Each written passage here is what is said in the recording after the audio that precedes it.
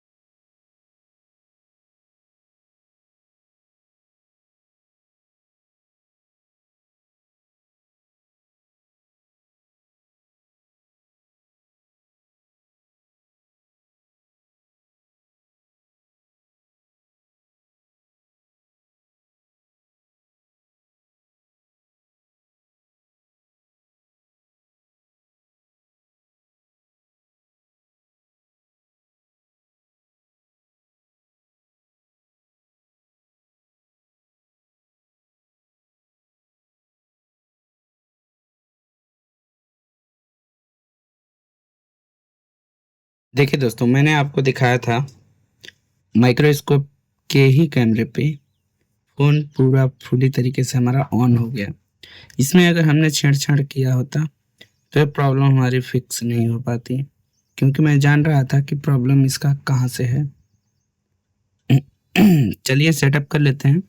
ये फॉर्मेट भी मारने की ज़रूरत नहीं पड़ती दोस्तों, लेकिन हमने ही फॉर्मेट किया था, क्योंकि मैं जब इसको यूएफआई से कनेक्ट किया आईएसपी लगा करके, मैं सोचा क्यों नहीं इसका फॉर्मेट और एफआरपी दोनों निकाल देता हूँ, शायद हो जाए, लेकिन नहीं हुआ।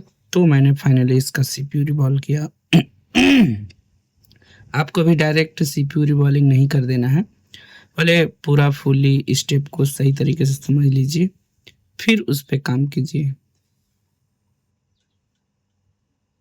यहाँ से देखिए हमारा सेटअप हो रहा है।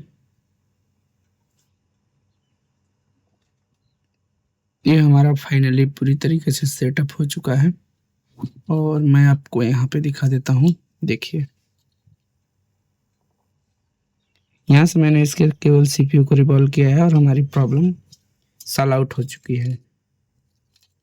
आई होप दोस्तों ये वीडियो आपको पसंद आई होगी। वीडियो पसंद आया तो इसे लाइक ज़रूर करें और चैनल को भी सब्सक्राइब करें। मिलते हैं नेक्स्ट वीडियो में, तब तक के लिए गुड बाय, जय हिंद।